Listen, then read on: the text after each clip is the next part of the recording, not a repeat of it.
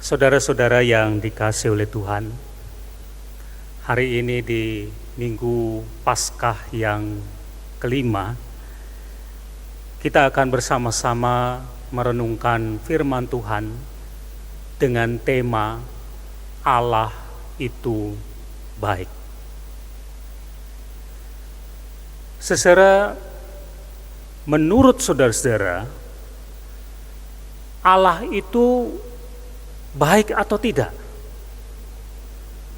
Menurut saudara, Allah kita itu baik atau tidak? Saudara, kalau kita ditanya dengan pertanyaan seperti ini, tentu saja kita mengatakan Allah itu baik. Allah kita itu bukan cuma baik, tapi sungguh amat baik. Kita meyakini hal yang seperti itu. Bukan karena pengetahuan kita, tetapi selama hidup kita, kita sudah menerima kebaikan-kebaikan Tuhan. Apa buktinya bahwa Allah itu baik? Saudara, kalau kita masih hidup sampai hari ini, masih diberikan kekuatan, diberikan kesehatan pada tubuh kita, itu adalah bukti bahwa Tuhan itu baik.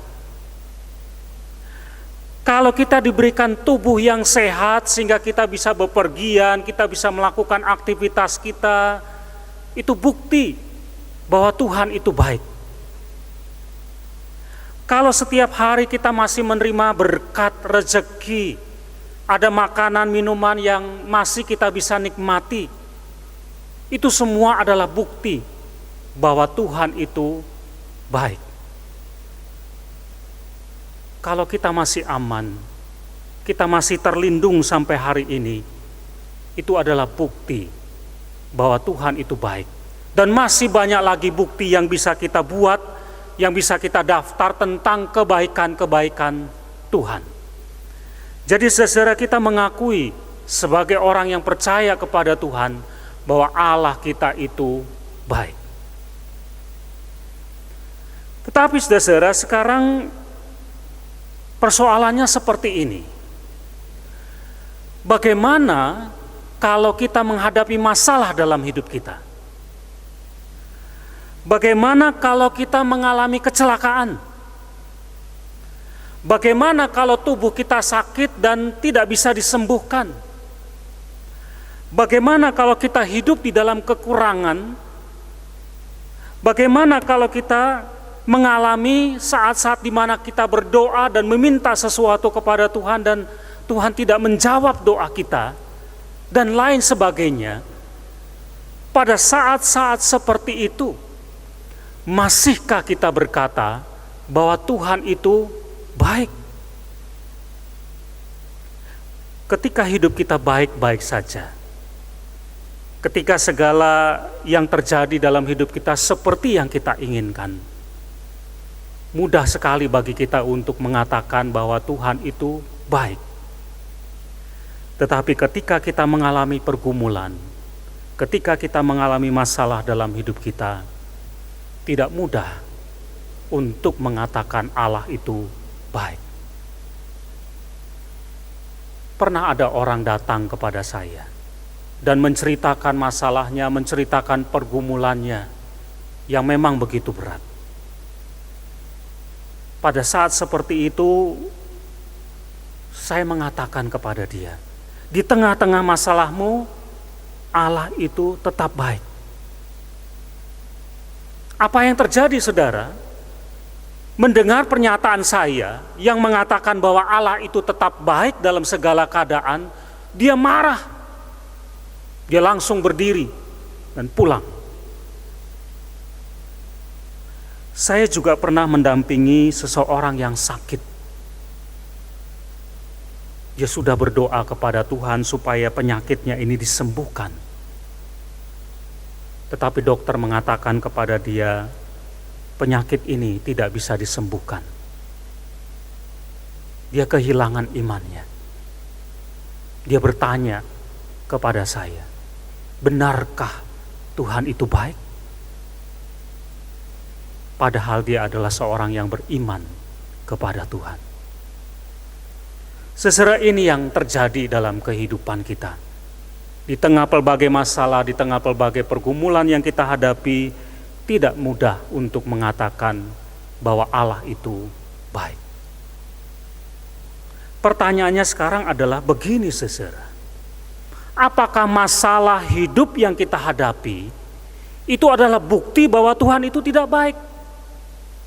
Kalau kita mengalami pergumulan, kalau kita celaka, kalau kita sakit dan sebagainya, apakah yang kita alami itu menjadi bukti bagi kita bahwa Allah itu tidak baik?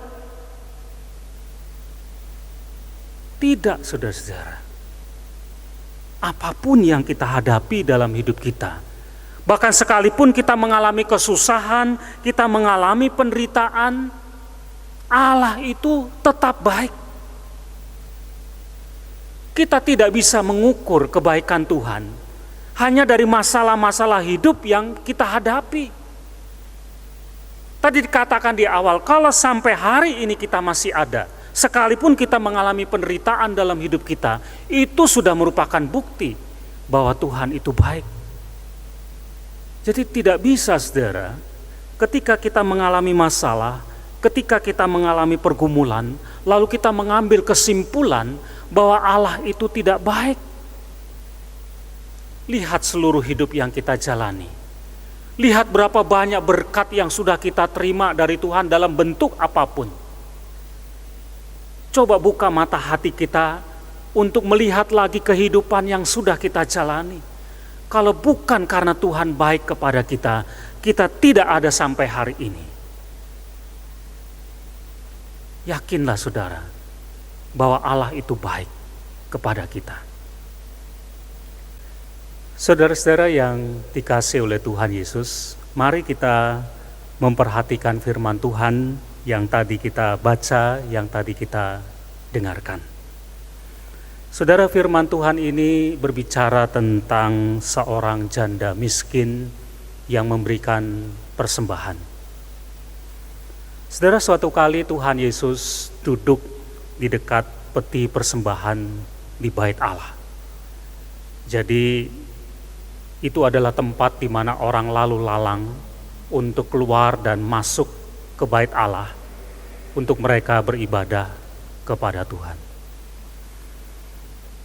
Adalah hal biasa bagi mereka untuk memberikan persembahan kepada Tuhan dengan memasukkan uang ke dalam peti persembahan yang disediakan di dekat pintu masuk ke bait Allah. Saudara, Tuhan Yesus duduk di situ dan memperhatikan bagaimana orang-orang memberikan persembahan. Dikatakan dalam firman Tuhan ada banyak orang kaya yang memberikan persembahan kepada Tuhan. Tuhan Yesus perhatikan itu. Tetapi kemudian dikatakan datang seorang janda. Disebut keadaan ekonominya di sini adalah dia adalah seorang yang miskin. Dia tidak punya apa-apa. Saudara, dikatakan janda itu memberikan persembahan dengan memasukkan uang 2 peser. Peser itu adalah nilai uang yang paling kecil pada masa itu.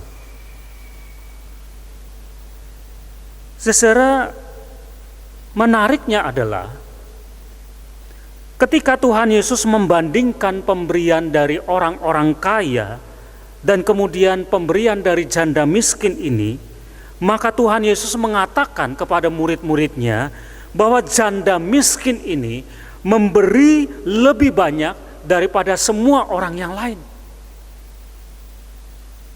Perkataan Tuhan ini terdengar aneh sebetulnya. Dari segi nominal, tentu saja persembahan janda miskin ini adalah yang paling kecil dibanding dengan semua orang yang datang memberikan persembahan. Dia yang paling kecil. Tetapi mengapa Tuhan Yesus mengatakan dia memberi lebih banyak daripada semua orang? Saudara, rupanya bagi Tuhan yang utama ketika seseorang memberikan persembahan kepada Tuhan itu bukan berapa jumlahnya, bukan berapa nominalnya, bukan berapa banyak kuantitasnya, Tetapi bagi Tuhan yang terutama adalah ketika seseorang memberikan persembahan kepada Tuhan, apa motivasinya? Apa yang mendorong dia untuk memberikan persembahan? Ada banyak orang memberikan persembahan hanya sebagai sebuah kewajiban, tidak lebih. Tetapi rupanya Tuhan Yesus bisa melihat janda miskin ini memberi itu bukan karena kewajiban. Kenapa, saudara? Karena ada peraturan bagi orang-orang tertentu, terutama justru pada orang-orang miskin, janda miskin semacam ini, itu tidak ada kewajiban untuk memberi. Tetapi janda ini tetap memberi. Kenapa? Walaupun tidak ada kewajiban, dia tetap memberi. Itulah yang dilihat oleh Tuhan Yesus. Itulah motivasinya. Jadi dia tahu bahwa Allah itu baik. Bahwa Allah itu memelihara kehidupan dia. Walaupun dia adalah seorang yang miskin, sampai hari itu dia tetap terpelihara oleh Tuhan. Pemahaman, kesadaran bahwa Allah itu baik telah memelihara kehidupannya walaupun dia serba terbatas. Dan kemudian kesadaran itu memberikan dorongan kepada dia. Sekalipun dia tidak punya apa-apa, tetapi dia mau tetap memberikan persembahan syukur kepada Tuhan. Itulah yang utama, itulah yang dilihat oleh Tuhan. Saudara, betapa pentingnya orang punya kesadaran. Betapa pentingnya orang punya pemahaman bahwa Allah itu telah memelihara kehidupan kita. Betapapun sulitnya hidup yang kita hadapi, kita tetap bisa melihat kebaikan-kebaikan Tuhan. Itulah yang Tuhan kehendaki. Dan ketika kita mampu untuk melihat kebaikan-kebaikan Tuhan, maka kita akan tetap bisa bersyukur kepada Tuhan. Dari firman Tuhan ini, saudara, mari kita belajar bersama-sama. Saudara, lihatlah, buka hati kita, buka mata kita. Allah itu baik. Banyak hal sudah kita terima dari Tuhan. Banyak kebaikan-kebaikan Tuhan yang sudah Tuhan nyatakan kepada kita. Bahkan kalau kita diharuskan untuk menghitung semua pemberian Tuhan kepada kita, kita tidak akan pernah bisa, kita tidak akan sanggup karena terlalu banyak yang Tuhan berikan kepada kita. Karena itu, saudara-saudara, jangan sampai mata hati kita tertutup dan tidak mampu lagi untuk melihat kebaikan Tuhan, khususnya ketika kita mengalami pergumulan-pergumulan dalam hidup kita. Janda miskin ini, walaupun dia terbatas, walaupun tidak ada aturan yang mengatur dia harus memberikan persembahan, dia tetap datang memberikan persembahan syukur kepada Tuhan. Oleh karena apa? Karena dia tahu Tuhan itu baik.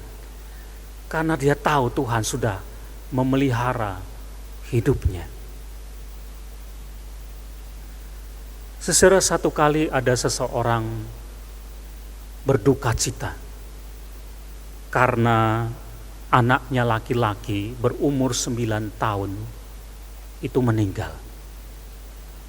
Waktu itu anaknya meninggal karena sakit demam berdarah. Dia sangat berduka. Ini anaknya yang pertama, laki-laki yang dia kasihi. Ketika anaknya meninggal, dia sangat berduka, dia menangis. Dan ketika dia melihat saya datang,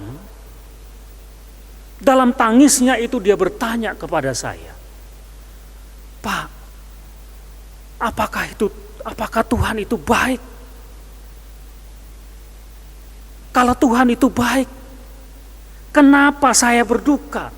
Kenapa Tuhan mengambil anak yang saya kasihi? Kenapa Tuhan tidak menjawab doa-doa saya?"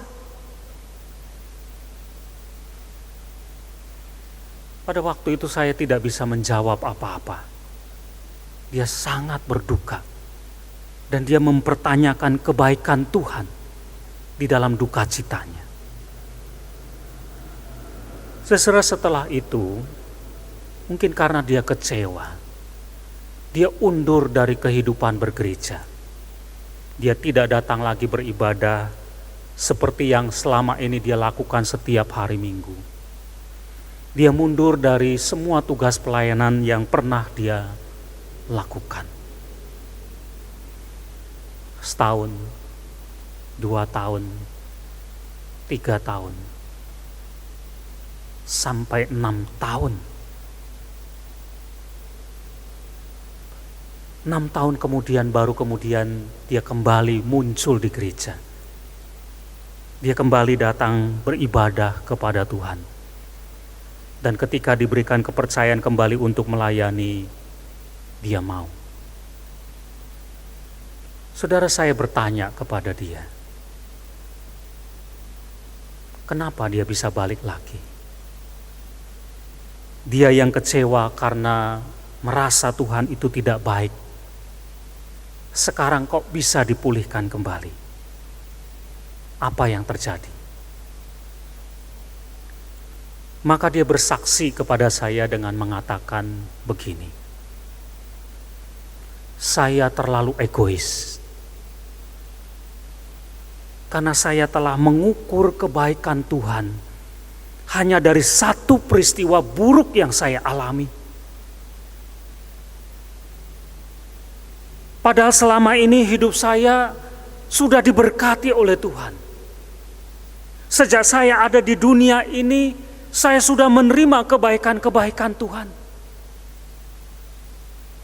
Saya terlalu egois kalau menilai kebaikan Tuhan hanya dari satu peristiwa buruk yang saya alami dalam hidup saya. Saudara, apa yang terjadi pada orang ini, itu juga yang bisa terjadi pada kita. Betapa sering kita menilai kebaikan-kebaikan Tuhan itu hanya dari hal-hal tertentu yang kita alami. Selama ini hidup kita sudah diberkati oleh Tuhan, selama ini Tuhan sudah begitu baik dalam hidup kita. Lalu ketika kita mengalami 1-2 peristiwa buruk dalam hidup kita, lalu kita mengambil kesimpulan Tuhan itu tidak baik. Kita tidak bisa seperti itu. Lihat seluruh hidup yang sudah kita jalani. Seperti janda miskin ini, lihatlah kebaikan-kebaikan Tuhan. Walaupun kita mengalami kesulitan, kita mengalami penderitaan, mengalami banyak sekali pergumulan, kita tidak bisa mengambil kesimpulan bahwa Allah itu tidak baik. Saudara, hari ini kita belajar dari firman Tuhan bahwa Allah kita itu adalah Allah yang baik. Allah itu tetap baik. Mari kita tetap bersyukur kepada Tuhan, tetap memuliakan Tuhan, tetap beriman kepadanya, sambil terus melihat seluruh hidup yang kita jalani, sambil terus meyakini kebaikan-kebaikan Tuhan itu nyata di dalam setiap peristiwa kehidupan kita. Saya mengajak saudara, mari percayalah Allah itu baik. Ingatlah segala kebaikan-kebaikan Tuhan, supaya iman kita dikuatkan, supaya ketika kita mengalami pergumulan, mengalami penderitaan, keterpurukan dalam hidup kita, kita dipulihkan kembali. Karena keyakinan bahwa Allah itu baik, itu akan memberikan kekuatan dalam iman kita. Percayalah saudara, bahwa Allah itu baik. Amin.